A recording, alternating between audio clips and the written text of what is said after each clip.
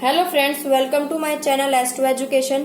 आज हम child development पढ़ने वाले हैं, जो कि आपके सीटेट, डीएसएसबी, केवीएस, एनवीएस ऐसे बहुत से एग्जाम्स हैं जहां पर आपको चाइल्ड डेवलपमेंट देखने को मिलती है। तो फ्रेंड्स, आज हम सबसे पहले मनोविज्ञान के बारे में पढ़ेंगे। तो हमारा जो आज का फर्स्ट चैप्टर है वो है मनोविज्ञान। तो फ्रेंड्स, आज की वीडियो शुरू करते हैं। आज हम सबसे पहले पढ़ेंगे मनोविज्ञान यानी कि साइकोलॉजी। मनोविज्ञान को इंग्लिश में साइकोलॉजी के नाम से जाना जाता है। साइकोलॉजी ग्रीक भाषा के दो शब्दों से मिलकर बना है। पहला है साइकी और दूसरा है लोगस। साइकी का अगर हिंदी में देखा जाए तो क्या होता है? आत्मा। और लोगस का अर्थ होता है अध्ययन। इंग्लिश में आत्मा को हम बोलते हैं सोल और अध्ययन को बोलते हैं स्टडी। यानी कि हम कह सकते हैं कि आत्मा का अध्ययन साइकोलॉजी के द्वारा किया जाता है, या फिर हम कह सकते हैं मनोविज्ञान में आत्मा का अध्ययन किया जाता है। तो मनोविज्ञान की परिभाषाओं के बारे में बात करते हैं कि कौन कौन से साइंटिस्ट या फिर ऐसे कौन कौन से साइकोलॉजिस्ट थे जिन्होंने मनोविज्ञान की अलग अलग परिभाषाओं में उनकी अलग अलग विवेचना की है। तो सबसे पहले हम पढ़ते हैं, यहीं से शुरू करते हैं, आत्मा का अध्ययन। हमने भी पढ़ा कि साइकोलॉजी ग्रीक भाषा के दो शब्दों से मिलकर बनी है, साइकी प्लस लोजस। साइकी का अर्थ होता है आत्मा और लोगस का अर्थ होता है अध्ययन। आत्मा को हम इंग्लिश में सोल कहते हैं और अध्ययन को हम स्टडी कहते हैं। यानी कि आत्मा का अध्ययन, आत्मा का अध्ययन, यह परिभाषा किसने दी थी? मनोविज्ञान को आत्मा का अध्ययन माना जाता है, यह किसने बोला था? ये अरस्तु और प्लेटो का मानना था। उनका मानना था कि साइकोलॉजी में हम बच्चे की आत्मा का अध्ययन करते हो, उसकी सोल स्टडी के बारे में हम बात करते हैं या फिर जानते या फिर हम पढ़ते हैं। लेकिन 17वीं और 18वीं शताब्दी में और साइकोलॉजिस्ट आए, उन्होंने इस परिभाषा को गलत बताया। उन्होंने बोला कि मनोविज्ञान में आत्मा का अध्ययन नहीं बल्कि मन का अध्ययन किया जाता है। उन्होंने क्या बोला कि जो साइकोलॉजी है वो मन का अध्ययन का विज्ञान है। और यह परिभाषा किसके द्वारा दी गई थी? यह परिभाषा दी गई थी कांट के द्वारा, हॉब्स के द्वारा और लॉक के द्वारा। इनका मानना था कि जो मनोविज्ञान है उसमें हम बच्चे के मन का अध्ययन करते हैं कि किस टाइम पे बच्चे का क्या क्या करने का मन करता है। बच्चे के मन के बारे में हम विस्तार पूर्वक मनोविज्ञान में पढ़ते हैं। लेकिन 1870 तक साइकोलॉजी कोई सब्जेक्ट था ही नहीं। 1870 तक साइकोलॉजी सब्जेक्ट कोई था ही नहीं। जो मनोविज्ञान यानी कि साइकोलॉजी जो थी वो एक दर्शन शास्त्र का भाग मानी जाती थी। मनोविज्ञान किसका भाग मानी जाती थी? दर्शन शास्त्र का। दर्शन शास्त्र को क्या कहते हैं? फिलॉसफी। यानी कि मनोविज्ञान एक अलग सब्जेक्ट नहीं था, पहले ये दर्शन शास्त्र का एक हिस्सा थी या फिर एक भाग था, जिसे हम कह सकते हैं एक तरह से एक चैप्टर बोल सकते हैं। लेकिन 1879 में विलियम बुंट ने 1879 में विलियम बुंट ने जर्मनी के विश्वविद्यालय में, जर्मनी के एक लीप्जिग विश्वविद्यालय,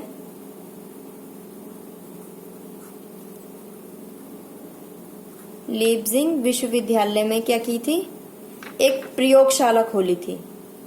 किसकी? मनोविज्ञान की। जब ही से ही 1879 के बाद ही मनोविज्ञान एक क्या बन गया? सब्जेक्ट बन गया। ठीक है।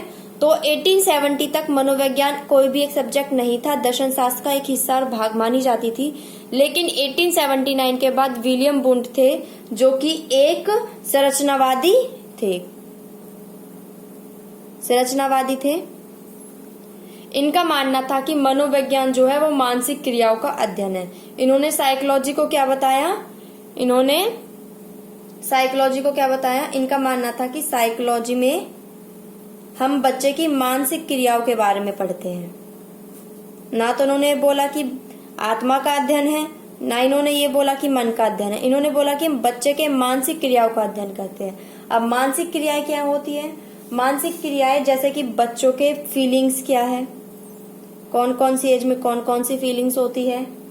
हम उनकी इमेजिनेशन के बारे में पढ़ते हैं कि बच्चा जो है वो कैसे इमेजिनेशन करता है, कौन कौन हम अगर उनको स्टोरी सुनाते हैं तो बच्चा कैसे इमेजिनेशन करता है।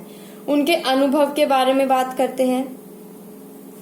तो हम साइकोलॉजी में मानसिक क्रियाओं, फीलिंग्स, इमेजिनेशन और उनके अनुभव के बारे में हम पढ़ते हैं। तो 1879 में विलियम बुंट जो कि एक संरचनावादी थे, इनका मानना था कि साइकोलॉजी जो है वो मानसिक क्रियाओं का अध्ययन है। इन्होंने जर्मनी के एक विश्वविद्यालय में प्रयोगशाला खोली थी 1879 में। जभी से ही मनोविज्ञान को एक अलग सब्जेक्ट बना दिया गया। लेकिन अब आगे क्या हुआ? अब विलियम बुंट जो थे इनकी परिभाषा की निंदा की गई। किसके द्वारा? जेबी वॉटसन के द्वारा। अब ये आए, इनका मानना था कि जो साइकोलॉजी है उसमें हम बच्चे के ना तो आत्मा का अध्ययन करते हैं, ना ही हम मन का अध्ययन करते हैं, ना ही हम मानसिक क्रियाओं का अध्ययन करते हैं। हम इसमें बच्चों के व्यवहार का अध्ययन करते हैं। किसके? हम बच्चों के व्यवहार का अध्ययन करते हैं। क्योंकि जो जेबी वॉटसन थे वो एक व्यवहारवादी साइकोलॉजिस्ट थे। जेबी वॉटसन ने क्या बोला था कि जो साइकोलॉजी है उसमें बच्चे के व्यवहार का अध्ययन किया जाता है। और जेबी वॉटसन जो थे वो एक व्यवहारवादी साइकोलॉजिस्ट थे। इन्होंने बोला था कि जो मनोविज्ञान है उसमें हम बच्चे के व्यवहार का अध्ययन करते हैं कि बच्चे का व्यवहार कैसा होता है, किस किस समय पे बच्चों का जो व्यवहार होता है वो चेंज हो जाता है। लेकिन आज के जो आधुनिक साइकोलॉजिस्ट हैं, अगर हम आज की बात करें, आधुनिक मनोवैज्ञानिकों की बात करें, तो आज के मनोवैज्ञानिकों का मानना है, आज के मनोवैज्ञानिकों का मानना है कि जो साइकोलॉजी है वो व्यवहार प्लस मानसिक क्रियाओं का अध्ययन है। इन्होंने क्या बोला? इन्होंने जेबी वॉटसन और विलियम बुंट दोनों की बातों का मान रखा। उन्होंने बोला कि इसमें हम बच्चों के व्यवहार के बारे में भी बात करते हैं और उनकी मानसिक क्रियाओं के बारे में भी बात करते हैं। तो मनोविज्ञान क्या है? ये आधुनिक मनोवैज्ञानिकों की तरफ से अगर माना जाए तो उन्होंने बोला है कि मनोविज्ञान व्यवहार तथा मानसिक क्रियाओं का वैज्ञानिक अध्ययन है। यह बात किसने बोली थी? एटकिंसन ने। दूसरे हैं स्मिथ और हमारे तीसरे हैं हिलगार्ड। इनका मानना था कि मनोविज्ञान व्यवहार प्लस मानसिक क्रियाओं का अध्ययन है। इसमें हम बच्चों के व्यवहार और मानसिक क्रियाओं दोनों के बारे में हम पढ़ते हैं। तो अब हम एक बार रिकैप कर लेते हैं हमने क्या क्या पढ़ा है। तो हमने सबसे पहले मनोविज्ञान जो है, साइकोलॉजी जो है वो ग्रीक भाषा के दो शब्दों से मिलकर बना है, साइकी प्लस लोगस। हमने परिभाषाओं के बारे में पढ़ा। सबसे पहले जो बोला गया साइकोलॉजी को, वो बोला गया आत्मा का अध्ययन। यह बात किसने बोली थी? अरस्तु और प्लेटो ने। शॉर्ट फॉर्म है AP, अरस्तु और प्लेटो। सेकंड पर आते हैं तो फिर इसके बाद बोला गया साइकोलॉजी को मन का अध्ययन। यह बात किसने बोली थी? यह बात बोली थी कांट ने, हॉब्स ने और लॉक ने। आगे चलते हैं थर्ड पे। इसके बाद आता है मानसिक क्रियाएं। मानसिक क्रियाओं का अध्ययन माना गया।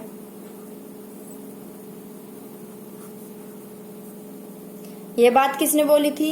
यह बात बोली थी विलियम बुंट ने। फोर्थ पे आते हैं तो बोला गया व्यवहार का अध्ययन है। यह बात किसने बोली? यह बात बोली थी हमारे जेबी वॉटसन ने। सबसे पहले बोला गया आत्मा का अध्ययन, आत्मा से मन पे आया, मन से मानसिक क्रियाओं पर आए, मानसिक क्रियाओं पर व्यवहार पे आए, और लास्ट एंड कहां पर खत्म होता है? व्यवहार प्लस मानसिक क्रियाओं पर, मानसिक क्रिया। ये किसने बोली थी? एटकिसन ने, स्मिथ ने, हीलगार्ड ने। आप याद कर सकते हो इन्हें शॉर्ट फॉर्म में। तो एक शॉर्ट फॉर्म अगर आप बनाना चाहो तो बना सकते हो, जैसे कि APKLHWJB। अरस्तु प्लेटो, इसने मनोविज्ञान को क्या माना? आत्मा। ए से आत्मा, ए से अरस्तु, याद हो जाएगा। फिर आते KLH, यानी कि के से क्या था? के से नाम तुम्हारा कांट, एल से लॉक और एच से हॉब्स। ठीक है, इन्होंने बोला था मन के बारे में कि साइकोलॉजी क्या है? मन का अध्ययन है। अब आते हम विलियम वुंट, इन्होंने क्या बोला था? मानसिक क्रियाओं के बारे में। आगे आते हैं जेबी वॉटसन, जेबी वॉटसन ने बोला था व्यवहार के बारे में।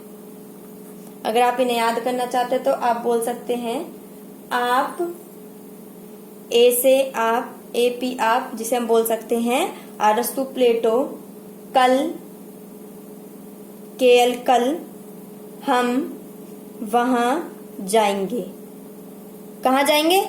बाहर जाएंगे। ठीक है, आप कल हमारे साथ वहां जाएंगे। कहाँ? बाहर। अगर आपको ये ट्रिक इजी लगते तो आप इस ट्रिक से याद कर सकते हो। ए से हमारा आत्मा हो गया, अरस्तु प्लेटो जिन्होंने आत्मा के बारे में बात किया था। KLH यानी कि कांट, लॉक और हॉब्स, इन्होंने हमारे मन के बारे में बात की थी कि जो मनोविज्ञान है वो उसमें हम मन का अध्ययन करते हैं। W विलियम वुंट जिन्होंने मानसिक क्रियाओं के बारे में बात की थी। फिर JB वॉटसन जिन्होंने व्यवहार के बारे में बात की थी। इन्होंने बोला था कि व्यवहार का अध्ययन है, इन्होंने मानसिक क्रियाओं का अध्ययन है, इन्होंने मन का अध्ययन, फिर उन्हें आत्मा का अध्ययन। लेकिन आज के जो हमारे आधुनिक मनोविज्ञान है उनका मानना था कि जो साइकोलॉजी है उसमें हम बच्चे के व्यवहार और मानसिक क्रियाओं दोनों का अध्ययन करते हैं। तो ये किसने बोला था? एटकिसन, स्मिथ और हीलगार्ड ने। तो फ्रेंड्स, आज की हमारी वीडियो यहीं खत्म होती है। हमारी और वीडियो देखने के लिए हमारी वीडियो को लाइक और शेयर करें और हमारे चैनल को सब्सक्राइब करें, जिससे कि हम आपके प्रिपरेशन आने वाले जो भी एग्जाम है उसमें आपकी हेल्प कर सके और आप इन वीडियो को देखकर अपने प्रिपरेशन की तैयारी और अच्छे से कर सकें।